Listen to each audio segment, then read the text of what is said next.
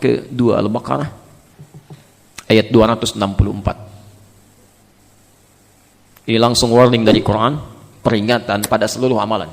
Pada seluruh amalan.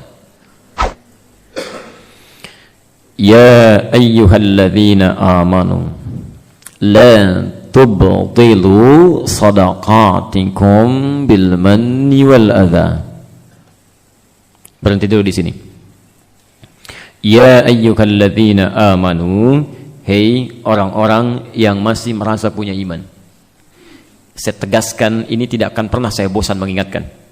Jika Bapak Ibu membaca Al-Quran, ayatnya diawali dengan kalimat iman, itu tandanya informasi yang disampaikan akan menjadi indikator keimanan kita. Semakin cepat meresponnya, semakin kuat pertanda iman kita. Semakin lemah dalam meresponnya, itu tandanya semakin menurun keimanan seseorang. Kalau tidak dikerjakan perintahnya, maka bermasalah imannya. Kalau digeluti larangannya, maka berpenyakit keimanannya. Jelas sampai sini? Misal, Anda temukan kalimat salat dibuka dengan kata iman. Alladzina yu'minuna bil ghaib wa yuqimunas shalah. Semakin cepat Anda merespon panggilan salat, semakin menunjukkan keimanan kita begitu kuat. Subuh dipanggil 4.38, Anda bangun dari jam 3, Anda tunaikan salatnya, belum dipanggil sudah salat, sudah istighfar kepada Allah, itu iman masih bagus. Jaga. Jaga, ya. Tapi kalau dipanggil pas sesuai waktunya, 4.38 subuh, 4.38 datang, itu imannya iman standar. Ya, standar. Karena standar dalam hukum kehidupan itu ketika dimintakan dikerjakan, itu standar. Ya. Jam kerja Anda di kantor jam 8, pulang jam 4, Anda datang jam 8, itu standar. Ya. Datang setengah 8 baru hebat. Ya. Pulang jam 4 itu standar. Pulang jam 5 itu hebat. Ya. Tapi kalau dipanggil 4.38 datang jam 8:34, itu bermasalah. Itu yang bermasalah. Adzan subuh 4.38 baru bangun jam 8:34. Itu pun belum kepikiran sholat. Maka itu bermasalah keimanannya. Nah, sekarang kita akan lihat. Ada orang-orang, kalau saya sebutkan orang-orang, jangan tunjuk orang lain, tunjuk diri kita saja. Ya. Lihat, dibuka oleh Quran, ya ayyuhalladzina amanu, hei orang-orang yang beriman. Ada orang-orang yang nanti akan dilihat apakah imannya kuat, standar, atau jangan-jangan imannya bermasalah dan di subuh ini mesti diperbaiki. La tubtilu sadaqatikum bil manni wal adha. Jangan pernah Anda gugurkan. Batal itu artinya gugur. Baik. Kalau sholat batal mesti diapakan? Mesti diulang. Ada pahalanya enggak?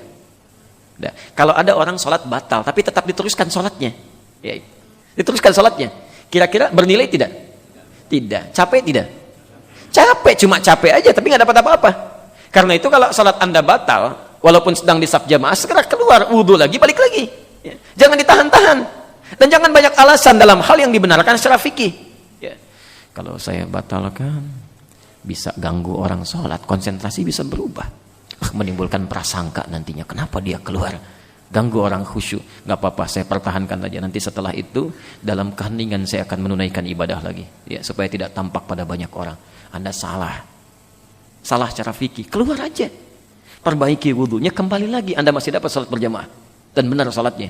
Apakah bisa menjamin sampai selesai salam diri kita masih hidup?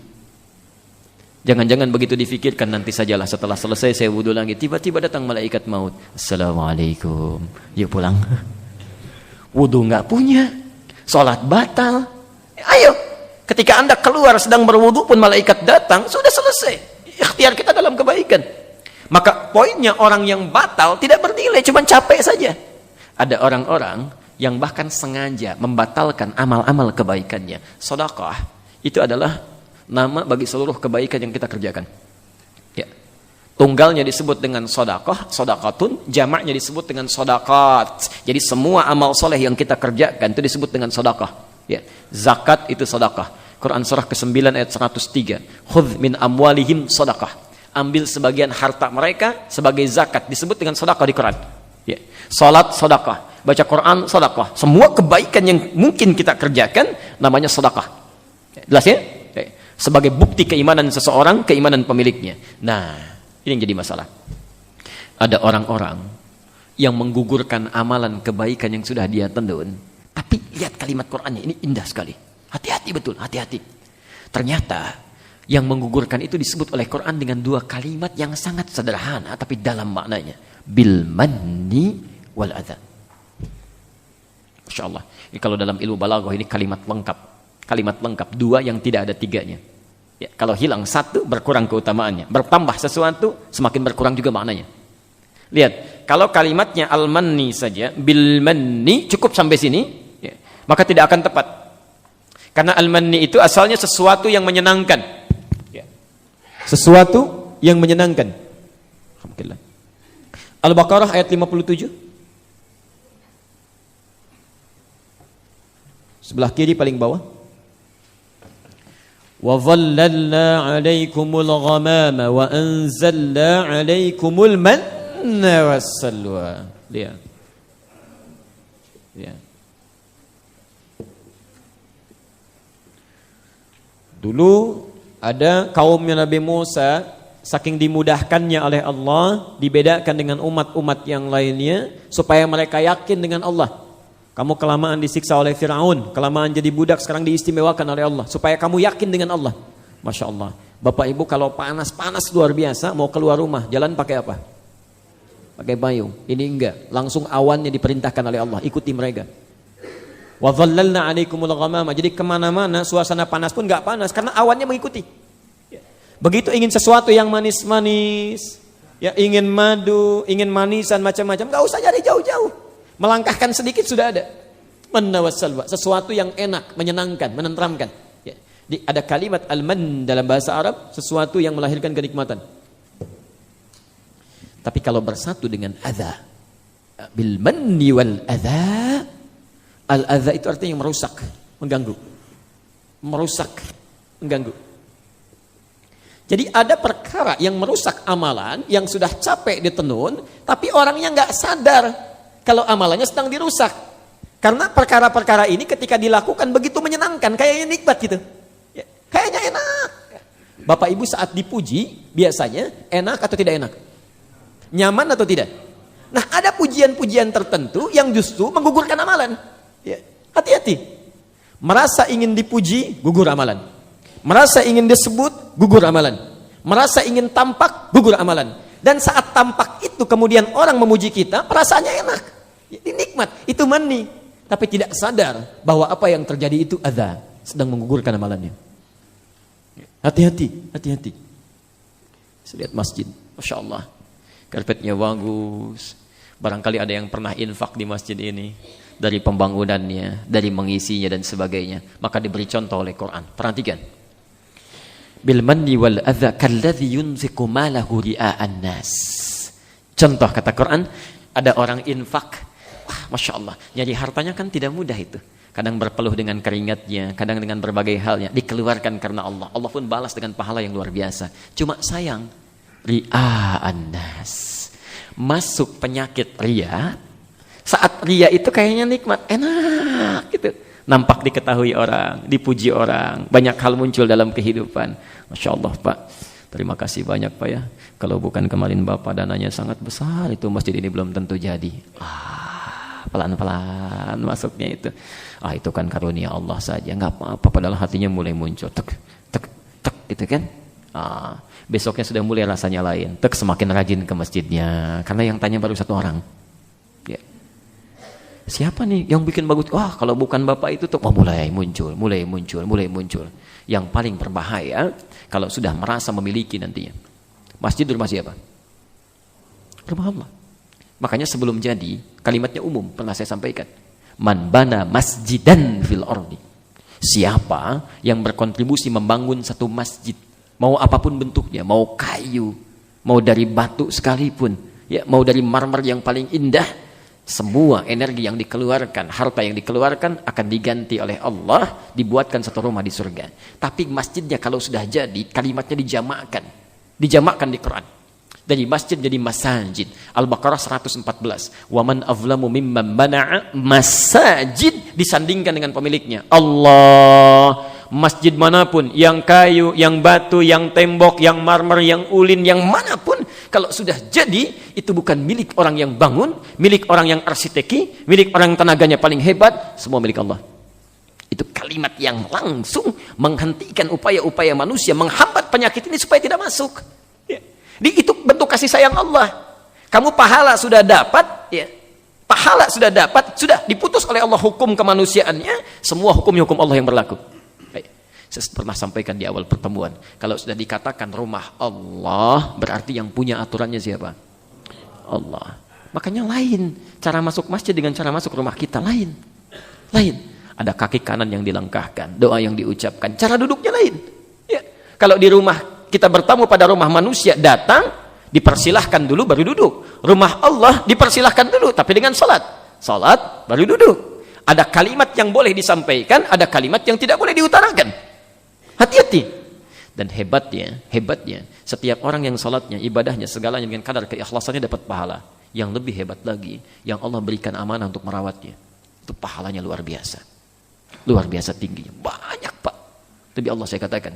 Tapi lihat ya, lihat persamaan hukumnya. Semakin tinggi tingkat pahalanya, semakin tinggi tingkat ujiannya. Ya. Anda yang merawat masjid atau berinvestasi dengan masjid di sini karena ikhlas karena Allah, itu jangan dikira tidak ada pahalanya. Saat Anda tidak berkesempatan ke masjid pun, itu orang-orang yang sholat, semisal dengan banyaknya orang sholat, demikian pahala yang Anda dapatkan. Hadis Muslim, nomor hadis 1893. Ya. Man dalla ala khairin falahu ajruhu mithla ajri fa'ilihi min ghairi an yanqusa min ajri syai'. Siapapun yang memfasilitasi walaupun cuma menunjukkan saja pada kebaikan, lalu kebaikan itu dikerjakan oleh orang yang kemudian ditunjukkan itu, difasilitasi itu, maka orang tersebut mendapat pahala yang sama dengan yang mengerjakannya tanpa dikurangi sedikit pun. Tanpa dikurangi sedikit pun. Anda bayangkan, Anda investasi dengan karpetnya, dengan mushafnya, dengan masjidnya, walaupun dengan tenaga saja, tidak ada uang pakai tenaga, tidak ada tenaga dengan ide, fikiran, rancang bangunnya, lalu dilakukan karena Allah tidak disebut-sebut, Masya Allah, berapa tuh orang yang sholat di masjid ini? Anda meninggal masih ada yang sholat, berapa yang diwujudkan? Lalu ada orang yang belum kesempatan untuk membangunnya, berinvestasi, lalu dengan izin Allah dipilih dia untuk merawatnya, silakan rawat, saya percayakan kepadamu, dilakukan karena Allah, Masya Allah, berapa yang ikut ta'lim, kegiatan apa yang diadakan, berapa yang menerima zakat, berapa yang sholat. Tiap hari itu kalau berjamaah berapa yang sholat, berapa yang didapatkan. Saat Anda tak mampu berjamaah pun karena alasan tertentu, pahala dapat kalau ikhlas. Cuma sayang, ada yang merusak, menghancurkan pahala-pahala itu karena keinginan dunianya, karena riyanya, ya, karena macam-macamnya. Ingat, saya tekankan sekali lagi ya, khususnya pada para DKM yang peluang pahalanya cukup banyak. Makmur itu bukan rame, bukan rame. Makmur, bukan rame. Makmur itu dari kata al-umru, sesuatu yang bermanfaat. Ya, sesuatu yang bermanfaat. Jadi kalau ingin memakmurkan masjid itu cari yang bermanfaat, yang meningkatkan iman. Ya bukan yang ramenya. Salah Anda. Keliru. Ya. Apalagi kalau Anda merawat masjid, misal dengan cara yang keliru. Hukum manusia tidak bisa berlaku di rumah Allah. Ya, keliru. Sayang, pahala hilang. Ya. Famathaluhu kamathali safwanin alaihi turabun fa'asabahu wabilun fatarukahu salda. Maka permisalan orang seperti ini adalah seperti orang yang menyimpan pasir-pasir di bebatuan yang licin. Kalau nyimpan pasir di batu yang licin, kira-kira reaksi pada pasir bagaimana? Turun. Ya, langsung turun. Yang berbahaya, fa'asabahu wabilun, tiba-tiba datang banjir bah besar, menyapu itu semua. Ya, habis semuanya. Fatarukahu salda, tidak ada apapun. Ada orang-orang yang sudah capek beramal dalam hidupnya, tapi dia nggak dapat apapun. Ya, pernah saya kisahkan ini. Seorang investasi bangun masjid luar biasa dengan dana yang sangat banyak. Ya, ikhlas saat beramal. Tapi tiba-tiba menjelang beberapa hari sebelum wafatnya, ya sudah menjadi kakek, ya sudah punya cucu. Kalau bapak punya cucu satu, berubahkan dari bapak menjadi apa?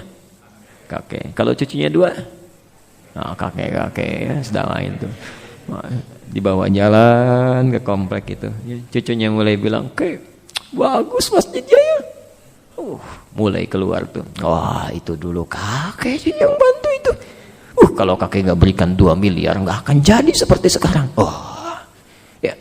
Bukan tahadus bin nikmat untuk memotivasi, tapi ada rasa ingin dipuji. Itu bedanya riya dengan tahadus bin nikmat. Ya, hati-hati, setan itu sangat jenius. Sekarang nggak digoda, besok bisa datang. Ya, hati-hati, jangan gagalkan dan batalkan semua amalan yang sudah pernah dikerjakan.